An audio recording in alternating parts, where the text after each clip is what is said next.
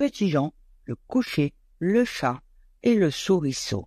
Petit Jean se promenait quand il entendit un souriceau raconter une drôle d'histoire à sa maman. « Maman, aujourd'hui je suis allé trotter, j'ai rencontré 2 animaux, l'un turbulent avec une crête sur la tête et des ailes. J'allais aborder l'autre animal quand soudain il m'a fait fuir avec sa voix perçante. »« Qui était l'autre animal ?» demanda sa maman. « Oh maman, l'autre animal avait une longue queue, des oreilles semblables aux nôtres, un œil luisant.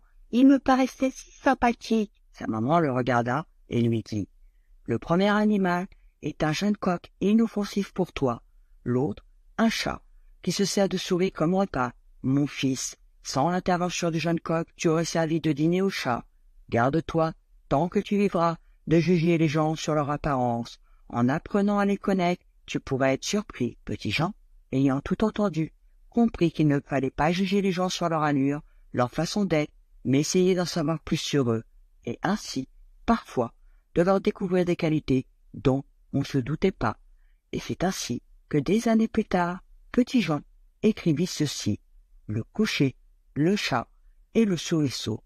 Un souriceau, tout jeune, et qui n'avait rien vu, fut presque pris au dépourvu. Voici comme il conta l'aventure à sa mère. « J'avais franchi les monts qui bordent cet état et trotté comme un rat qui cherche à se donner carrière lorsque 2 animaux m'ont arrêté les yeux, l'un doux, bénin et gracieux, et l'autre turbulent et plein d'inquiétude.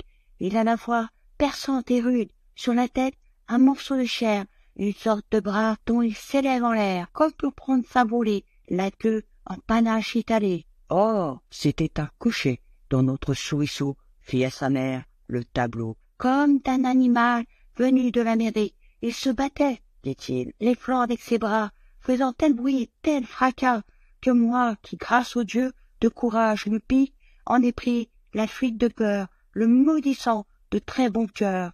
Sans lui, j'aurais fait connaissance avec cet animal qui m'a semblé si doux.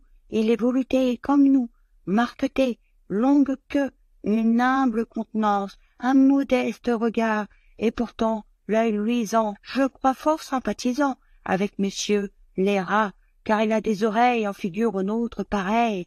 Je l'allais aborder quand d'un son plein d'éclat, l'autre m'a fait prendre la fuite. »« Mon fils, dit la souris, ce doucet est un chat qui, sous son minois hypocrite, contre toute ta parenté, d'un malin vouloir est porté. L'autre animal, tout au contraire, bien éloigné de nous mal faire, servira quelques jours peut-être à nos repas.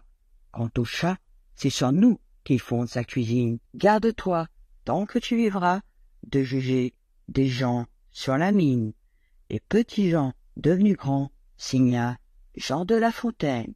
Merci de m'avoir écouté et on se retrouve bientôt pour de nouvelles aventures.